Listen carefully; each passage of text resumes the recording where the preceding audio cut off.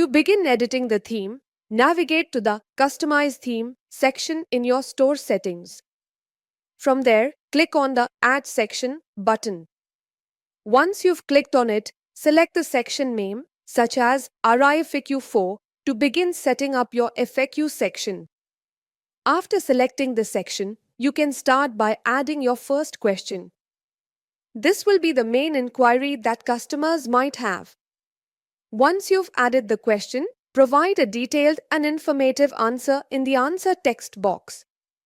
This will help clarify any doubts your customers may have regarding your products or services.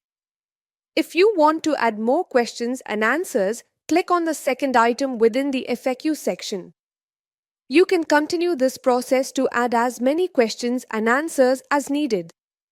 This ensures that your FAQ section is comprehensive and addresses a variety of potential customer concerns.